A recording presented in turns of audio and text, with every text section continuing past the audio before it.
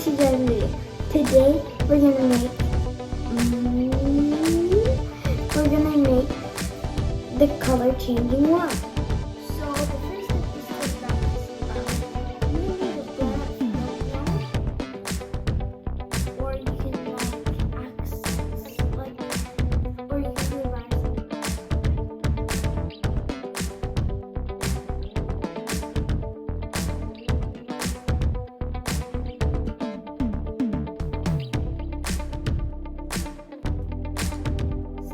you can roll it. You can ask the grown up or you can do it all by yourself. So this is how I roll it.